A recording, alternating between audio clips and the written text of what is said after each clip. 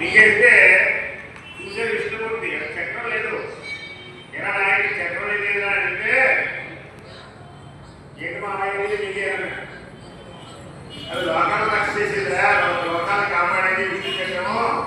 నాకు మీకు ఏంటి ఎలా అని చెప్పి ఆయన చూడండి గుంజీ ఎలా చేయాలంటే ఎలా చేయాలి గుంజీ రావాలిగా ఇలా పెట్టి చెవులు పట్టుకుని 3 సార్లు ముగ్గురు ఇస్తే ఆయన విగ్రహం నడుస్తుందా.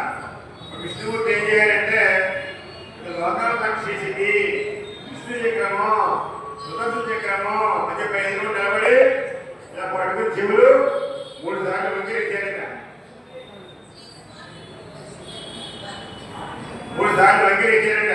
ఇప్పుడు గుంజీ తీసే విష్ణుమూర్తి ఈ పదేటి మామయ్య ఎందుకే పైకి